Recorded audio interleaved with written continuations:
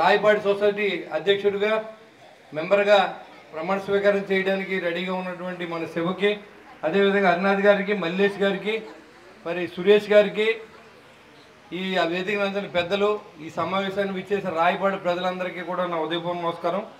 అలాగే ఆ రోజు నేను 2019లో నిలబడినప్పుడు నా అడుగులో అడుగేసినట్టు వ్యక్తులు ఈ ఉన్నటువంటి మరి శివ కానీ, ఫణి కానీ, మన సురేష్ కానీ, మరి మల్లేష్ కానీ, అదేవిధంగా సజ్జా ఫణి గారు, పాటే జ్యోతి గారు, ద్వారబంధం కనదుర్గ గారు, వీళ్ళందరూ కూడా రాత్రి అయినా నా కూడా తిరిగి అన్నయ్య అన్నయ్య అన్నట్టు నా కూడా తిరిగి, అదే కాకుండా వేరే ఊర్లు కూడా వాళ్ళు రావడం నాకు చాలా ఆశ్చర్యం కలిగించింది. నేను ఏం చేయగలను నాకు తెలియదు, కానీ నిజంగా రుణం నేను తీసుకోలేను. ఆడపిల్లలు అయ్యుంటే రాత్రి 10ంటికి అక్కడ ఈ మన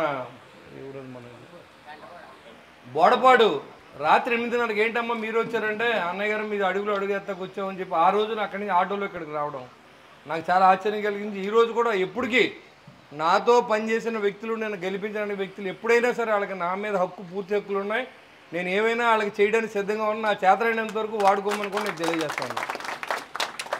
అదేవిధంగా ఈ గ్రామంలో పక్క విలేజ్కి వెళ్ళడానికి మన కార్యకర్తలు లేరంటే, రాయపాడి నుంచి 100 మంది యువకులు నాతో వచ్చి ఇక్కడ ఉన్న బీకుందేపాడు కానీ అక్కడికి వెళ్తే ఆ రోజు ఉన్న పరిస్థితి మీకు తెలియజేస్తా ఉన్నా. ఈ రోజు నేను ఎమ్మెల్యే అయ్యి ఉండొచ్చు, పదవిలో ఉండొచ్చు, కానీ పాత జీవితాన్ని మర్చిపోయిన మనిషే కాదు. ఇవాళ నేను మీ ముందు నిలబడి మాట్లాడుతానంటే దానికి కారణం రాయపాడు గ్రామం ఒకటి. అసలు 2019లో ఓడిపోయినప్పుడు అయోమయంగా ఉన్నప్పుడు, అది ఎక్కడా కూడా నిలబడతాక జనం లేనప్పుడు, ఆ రోజు ఇక్కడ తాతారావు గారిని నిలబెట్టడానికి మరి శివగారు వీళ్ళందరూ కలిసి, సురేష్, మన మల్లేషు, ఫణి గారు వీళ్ళందరూ కలిసి మీరు నిలబడండి మేము ఉంటామని నిలబెడితే, నాకు ఓటేయద్దు, నాకు కొన్ని ఇబ్బందులు ఉన్నాయని చెప్పి ఆయన తప్పుకున్నప్పుడు ఈ గ్రామ ప్రజలు ఎలాంటి తీర్పు ఇచ్చారంటే, భారతదేశంలో ఆంధ్ర రాష్ట్రంలో ఎవరైనా తీర్పు ఇచ్చిన ఘనత రాయపాడిపోతుంది. కాబట్టి ఎప్పుడు నా కన్నతెల్ల లాంటిది ఈరోజు రాయపాడి గ్రామం అంటే నన్ను నిజంగా కడుపులో పెట్టుకున్నారు. ఇక్కడ ఉన్న అందరూ కూడా కొంతమంది బయట రాకపోవచ్చు, కొంతమంది బయట తిరగవచ్చు, ఇష్టం ఉన్నా లేకపోయినా నన్ను గెలిపించారు. ఆ రోజు మన వ్యక్తులను గెలిపించారు. అది నాకు మనోధైర్యాన్ని ఇచ్చింది. ఇదేంటిది క్యాండిడేట్ లేకుండానే జనసేన పార్టీ గెలిచిందంటే రాయపాడిలో ఖచ్చితంగా రాష్ట్రం అంతా కూడా జనసేనకి మంచి భవిష్యత్తు ఉంటుందని ఇంకా మరింత ఉత్సాహంగా మనందరూ కలిసి పనిచేయడం కాదు, పాదయాత్ర చేసాం, పల్లెపోరు చేసాం. దాంట్లో మరి ఎంతమంది అంటే ఈ ప్రతి ఇంట్లోనే భోజనం పెట్టారు, ప్రతి ఇంట్లోనే టిఫిన్ పెట్టారు. ఆ డబ్బు ఉన్నవాళ్ళు కాదు, లేనివాళ్ళు కాదు, అందరూ కూడా సాయం చేశారు. నేను అందుకే ఎప్పుడు కూడా రాయపాడి గ్రామం అంటే ఏ ఫోన్ వచ్చినా 10 నిమిషాల్లో వాళ్ళు పని చేసి పంపించాలనేది నా ఉద్దేశం. ఒక రాయపాడి కాదు, నన్ను గెలిపించడానికి కాన్స్టిట్యున్సీలో చాలా విలేజ్ల్లో, తాడేపూడి పట్టణంలో అందరూ కూడా మరి గడిచిన 5 సంవత్సరాలు మనం ఎంత ఇబ్బంది పడ్డామో దాని నుంచి రిలాక్సేషన్ చేసే దిశగా అందరూ కూడా నన్ను గెలిపించారు. మరి ఖచ్చితంగా మరి ఈరోజు సూరిబాబు గారు మన దగ్గర రావడం, ఇవాళ మనకి ఎలక్షన్ లేదు, ఇవాళ ఎలక్షన్లను మనం జాయిన్ చేసుకుంటలేదు. విలేజ్ వాతావరణంలో ఎప్పుడు కూడా టౌన్లో కలిసి ఫ్రీగా కలవలేరు మనుషులు. ఎందుకంటే ఇక్కడ ఎక్కువ పట్టింపులు పంతాలు ఎక్కువ ఉంటాయి. అలాంటప్పుడు కొంత టైం పడుతుంది. అలా కాకుండా నేను గెలిచిన తర్వాత ఏ వైసీపీ నాయకుడిని ఎక్కడ కూడా పొరపాటుని పోలీస్ కేసు కానీ ఇంత ఇబ్బంది కూడా నేను పెట్టలేదు. మా జన సైనికులు ఇబ్బంది పడ్డారు, వేరే మహిళలు ఇబ్బంది పడ్డారు, కానీ ఈ రాష్ట్రంలో ఎక్కడా కూడా వైసీపీ నాయకుడు అన్నవాడిని ఎవరిని నేను ఇబ్బంది పెట్టలేదు. నాకు తెలిసి కానీ తెలియక కానీ పోలీస్ స్టేషన్ కానీ రప్పించడం కూడా రప్పించలేదు. అలాగే ఎక్కడికైనా మీటింగ్కి వెళ్ళినప్పుడు అక్కడ సర్పంచ్ గారిని మన పార్టీలోకి రాపోయినా మనం ఆహ్వానించాం. కాబట్టి సూరిబాబు గారికి తెలుసు. ఇక్కడ జగనన్న కాలనీలో ఆ రోజు ఎక్కడో పాపం విశ్లేషించిన చోట అయితే అక్కడ పాములు ఇబ్బంది పడుతున్నామండి, మాకు వద్దుని కట్టించాలి, లేకపోతే రోడ్డు వేయాలంటే మన దగ్గర డబ్బు లేక ఈరోజు అక్కడ సొంత డబ్బులతో బల్లకట్టి చేయించి ఇచ్చాం 10 లక్షలతో. దానికి కూడా సూరిబాబు గారి అధ్యక్షతనే మన శివని వీళ్ళందరూ కలిసి బాగు చేయించారు. దాని బాటను బాగు చేశారు. ఇంకా కొంచెం చేయవలసింది ఉంది. దాన్ని దృష్టిలో పెట్టుకుని కొంచెం దాన్ని సదును చేసి వాళ్ళకి వెళ్ళడానికి రావడానికి ఇబ్బంది లేకుండా చేయమని కూడా నేను కోరుతా ఉన్నా. రాబోయే రోజుల్లో నాకు ఇప్పుడు దాకా 14 నెలల కాలంలో నేను అన్ని గ్రామాలకి చేయలేకపోయాను. ముందు గ్రామాలకు వచ్చి రహదారులన్నీ పునర్నిర్మాణం చేస్తూ ఉన్నాం. మరి గత సంవత్సరం కొంత మెరుగైన పనులు చేసాం. ఆ చేసిన డబ్బులు ఇంకా మనకు రాలేదు.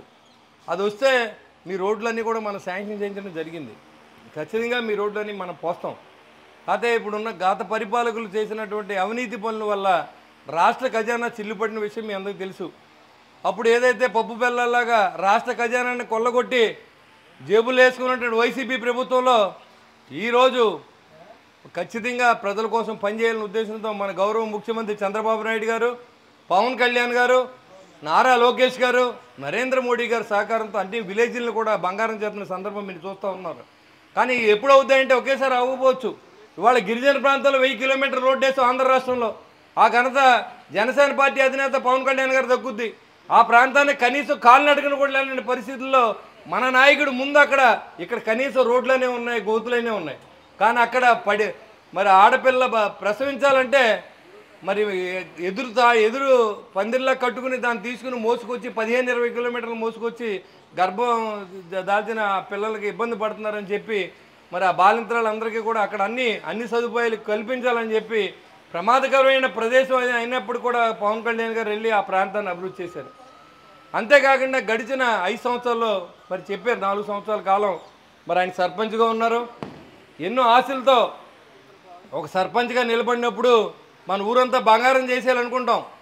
అది వాస్తవం. ఎందుకంటే మరి ఎందుకు గెలిచావా, నువ్వేం చేసావంటే మనకు చెప్పడానికి ఆన్సర్ ఉండదు.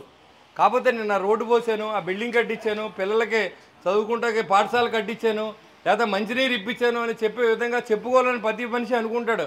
కానీ వైసీపీ ప్రభుత్వంలో ఎంపీటీసీ కానీ జడ్పీటీసీ కానీ ఏ సర్పంచ్ కానీ కనీసం ప్రజల్లో తిరిగిన పాపాను పోలో తిరిగితే ప్రజలు ఏమంటారని భయపడే పరిస్థితి తీసుకొచ్చినటువంటి అప్పటి నాయకుడు జగన్మోహన్ రెడ్డి పరిస్థితి మీరు ఆలోచన చేయండి. కానీ పవన్ కళ్యాణ్ అలా కాదు. ఇవాళ వచ్చిన వెంటనే ఎన్ఆర్జీఎస్ నిధులతో ముందు పల్లెటూళ్ళని రోడ్లు పోయమని చెప్పడం, దాంట్లో భాగంగా గత సంవత్సరం మన 8 కోట్ల రూపాయలు శాంక్షన్ చేశారు. దాంట్లో 7 కోట్ల పనులు పూర్తి చేసాం, ఇంకో 1 కోటి రూపాయల పని పూర్తి చేయవలసిన అవసరం ఉంది. మళ్ళీ ఇప్పుడు ఎన్ఆర్జీఎస్ తీసుకున్నాం.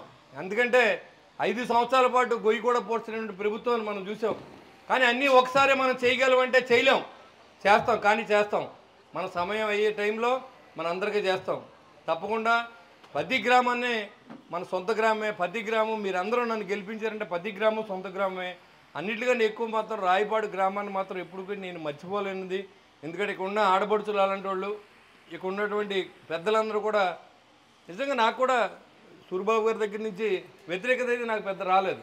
నాకు తెలిసిన రిపోర్ట్ ప్రకారం వాళ్ళున్న పరిస్థితుల్లో బయట రాకూడదు కాబట్టి రాలేదేమో.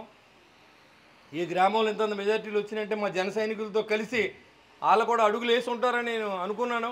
అదేవిధంగా ఈరోజు మా పార్టీలోకి వచ్చినందుకు ఆయన స్వాగతం పలుకుతూ ఉన్నాను. వారికి ఇచ్చే మర్యాద ఎవరేదో అనుకున్నట్టు నేను చేయను. ఎవరికి ఇచ్చే మర్యాదను వాళ్ళకి ఇస్తాం. అదేవిధంగా తెలుగుదేశం పార్టీకి కానీ బీజేపీకి కానీ అదేవిధంగా జనసేనకు కానీ వాళ్ళకి వీళ్ళకి పోటీ అనేది ఏం లేదు. అందరితో కలిసి పనిచేయాల్సిన అవసరం ఉంటుంది. వాళ్ళు మనం అంతా ఒకటే. No juniors no seniors. ఎందుకంటే రాబోయే లోకల్ బాడీస్ ఎలక్షన్స్ ఉన్నాయి. రాయపాడులో నామినేషన్ వేయాలంటే వైసీపీ పార్టీ భయపడే విధంగా మీరు అందరూ ఉండాలని నేను కోరుకుంటాను. ప్రతి గ్రామంలో నా సలహా ఒకటే, మనంతా అన్నదమ్ములు, మనతో కలిసి ఉండాలి. కలిసి ఉంటేనే అభివృద్ధి. లక్షలు పాటు చేసుకోకుండా మీరు మీ గ్రామంలో ఏకగ్రహం అయితే చూసి సంతోషించడానికి మొట్టమొదటి వ్యక్తిని నేను. మనకి గ్రామాలనేవి బంగారు బాట ఉండాలంటే మన గ్రామాల్లో కక్షలు కాఠిన్యాలు ఉండకూడదు. మనంతా కలిసి పనిచేయాలి. దీంట్లో వర్గపోరు అనేది అసలు లేదు. మనందరూ కూడా కలిసి పనిచేద్దాం. మీరందరూ కూడా దయించి మనందరితో కలిసి మీరు అడుగేసి రాయపాడి గ్రామాన్ని రాబోయే 4 సంవత్సరాల్లో మరింత అభివృద్ధి చేయడానికి మీరందరూ సహకరించవలసిందిగా నేను కోరుకుంటూ ఉన్నా. ఇవాళ నా స్వార్థం గురించి కాదు, రాష్ట్ర అభివృద్ధి చెందాలి. రాష్ట్రంలో ప్రతి పల్లెటూర్లు పట్టుకొమ్మలు కాబట్టి బంగారు బాటలో ఉండాలి. ఎవరు గొడవలు ఉండవు. ఇవాళ చూడండి, ఏ గ్రామంలోనూ పోలీస్ కేసులు లేవు. ఎవరో కావాలని కొంతమంది కొన్ని వర్గాలని కులద్వేషాలు రెచ్చగొట్టి ఏదో కొంత గొడవలు జరిగినవి ఉండొచ్చు తప్ప ఇక్కడ చూడండి ఎక్కడా కూడా రాయపాడులో వర్గాలు లేవు. వెళ్ళి పోలీస్ కేసు పెట్టుకున్న నాయకుడు కూడా ఎవరు లేడు. అంటే మేము ఎవరిని కూడా ఇబ్బంది పెట్టట్లేదు. ఇటు వైసీపీ నాయకులు కూడా మేము ఇబ్బంది పెట్టట్లేదు. ఎందుకు? మనం గెలిచే వరకు రాజకీయం, గెలిచిన తర్వాత ప్రజాసేవ అనుకున్న వ్యక్తులకి మా కేసులతోనూ గొడవలతోనూ సంబంధం లేదు. ఎవరో ఏదో వాగుతూ ఉంటారు. వాళ్ళకందరికీ మనం సమాధానం కూడా చెప్పవలసిన అవసరం లేదు. ఎంతమంది చేసినా నరేంద్ర మోడీ గారి గురించి కూడా మాట్లాడతారు, చంద్రబాబు నాయుడు గారి గురించి మాట్లాడతారు, పవన్ కళ్యాణ్ గారి గురించి మాట్లాడతారు, మన గురించి కూడా మాట్లాడతారు. కాబట్టి అవి పెద్దగా పట్టించుకోవాల్సిన అవసరం ఏం లేదు. ఖచ్చితంగా మనం ప్రజల కోసం పనిచేస్తాం. ఇది మంచి ప్రభుత్వం. ఎక్కడ తోలాలో తెలియదు, మిల్లుకి వెళ్తే దింపుకుంటారో తెలియదు, తోలితే డబ్బులు ఎప్పుడు వస్తాయో తెలియదు, రైతుకి డబ్బులు ఎప్పుడు ఇవ్వాలో కూడా అర్థం అన్న పరిస్థితుల్లో కౌలు రైతు ఉన్న పరిస్థితి మీ అందరూ చూశారు.